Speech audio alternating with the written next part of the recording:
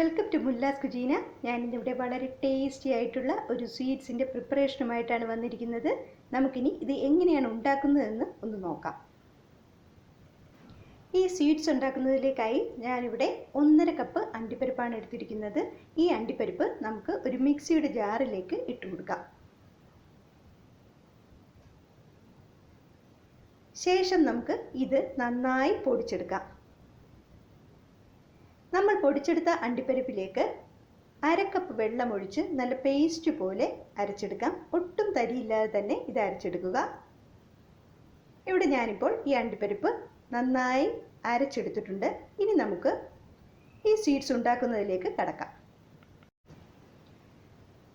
നമ്മൾ സ്വീറ്റ്സ് ഉണ്ടാക്കുന്നതിലേക്കായി ആദ്യം തന്നെ പഞ്ചസാര ഉരുക്കിയെടുക്കേണ്ടതുണ്ട്.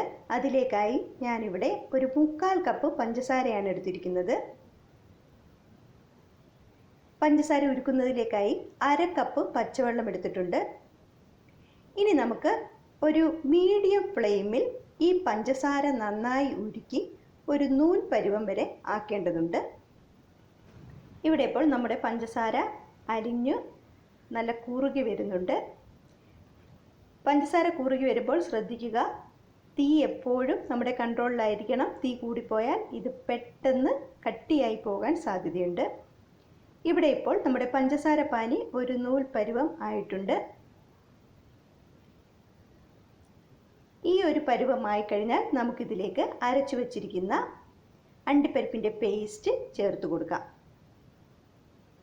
പേസ്റ്റ് ചേർത്തതിന് ശേഷം തുടർച്ചയായി ഇളക്കിക്കൊണ്ടിരിക്കുക.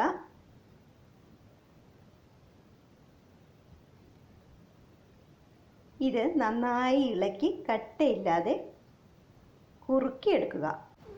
ഇതിലേക്ക് നമുക്ക് 1/2 ടീസ്പൂൺ ഏലക്കപ്പൊടി കൂടി ചേർത്ത് കൊടുക്കാം. ശേഷം നന്നായി ഇളക്കി കൊടുക്കുക. കുറുകി വരുമ്പോൾ നമുക്ക് 1 ടീസ്പൂൺ നെയ്യ് ചേർത്ത് കൊടുക്കാം.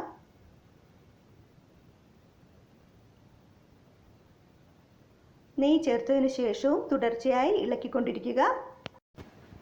നമുക്കിത് തുടർച്ചയായി ഇളക്കി കുറുക്കിയെടുക്കാം. ഇപ്പോൾ നമ്മുടെ ഈ മിശ്രിതം നന്നായി കുറുകി വരുന്നുണ്ട്.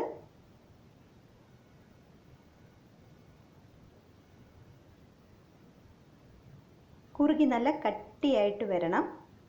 നമുക്കിതിലേക്ക് ഇനി 1 ടീസ്പൂൺ നെയ്യ് കൂടി ചേർത്ത് കൊടുക്കാം. ഈ 1 ടീസ്പൂൺ നെയ്യ് ആവശ്യമെങ്കിൽ മാത്രം ചേർത്ത് കൊടുത്താൽ മതിയാവും. ഇനി തുടർച്ചയായി ഇളക്കി ഇത് അല്പം കട്ടിയാക്കി എടുക്കുക. ഇപ്പോൾ നമ്മുടെ ഈ അണ്ടിപ്പരിപ്പിൻ്റെ പേസ്റ്റ് പഞ്ചസാര പാനിയും കൂടി നന്നായി നല്ല കട്ടിയാക്കി ഏകദേശം ചപ്പാത്തി മാവിൻ്റെ നമ്മൾ കുഴച്ച് വെക്കുന്ന ആ ഒരു പരുവത്തിലേക്ക് എത്തിയിട്ടുണ്ട്. ഇനി നമുക്ക് തീ സിമ്മിലാക്കി കൊടുക്കാം. ശേഷം തുടർച്ചയായി ഇളക്കിക്കൊണ്ടിരിക്കുക. ഇപ്പോൾ നമ്മുടെ ഈ മിശ്രിതം നല്ല കട്ടിയായിട്ടുണ്ട്. ഇനി നമുക്ക് തീ ഓഫ് ചെയ്ത് കൊടുക്കാം. ഇത് അല്പം ഒന്ന് തണുത്തതിന് ശേഷം നമുക്ക് ബട്ടർ പേപ്പറിലേക്കിട്ട് നന്നായി കുഴച്ചെടുക്കാം. ഇത് ചൂടോടുകൂടി തന്നെ ചെയ്യുക, അല്ലെങ്കിൽ ഇത് കട്ടിയായി പോകാൻ സാധ്യതയുണ്ട്. ഇപ്പോൾ ഞാനിവിടെ ഈ മിശ്രിതം നന്നായി കുഴച്ച് ഉരുട്ടിയെടുത്തിട്ടുണ്ട്. ഇനി നമുക്ക് ഇത് പരത്തിയെടുക്കാം.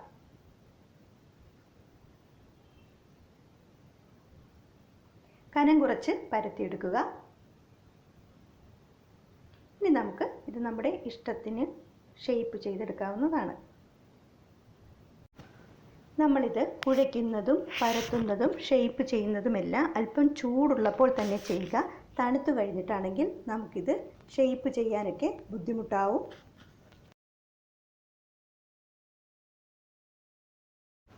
ഇവിടെ ഇപ്പോൾ ഞാനിതെല്ലാം മുറിച്ച് അല്പം ഒന്ന് സെറ്റ് ആവാൻ വെച്ചിട്ടുണ്ട്. ഇപ്പോൾ നമ്മുടെ ഈ കാഷ്യൂ സീഡ്സ് നന്നായി സെറ്റ് ആയിട്ടുണ്ട്. ഞാനിത് ഒരു സെർവിങ് പ്ലേറ്റിലേക്ക് മാറ്റിയിട്ടുണ്ട്. ഈ കാഷ്യൂ സീഡ്സ് നമുക്ക് വളരെ വേഗം തയ്യാറാക്കാൻ പറ്റുന്നതും വളരെ ടേസ്റ്റിയും ഒപ്പം ഹെൽത്തിയുമാണ്. കുട്ടികൾക്കെല്ലാം വളരെ ഇഷ്ടപ്പെടുന്നതാണ്. നിങ്ങളെല്ലാവരും ഈ സ്വീറ്റ്സ് ഒന്ന് ട്രൈ ചെയ്ത് നോക്കണം. ഇഷ്ടപ്പെടുന്നെങ്കിൽ മറക്കാതെ എൻ്റെ ചാനൽ ലൈക്ക് ചെയ്യാനും ഷെയർ ചെയ്യാനും സബ്സ്ക്രൈബ് ചെയ്യാനും ഒപ്പം നിങ്ങളുടെ വിലയേറിയ കമൻറ്റുകൾ കമൻറ്റ് ബോക്സിൽ രേഖപ്പെടുത്താനും ശ്രമിക്കുക. Thanks for watching my video. Thank you.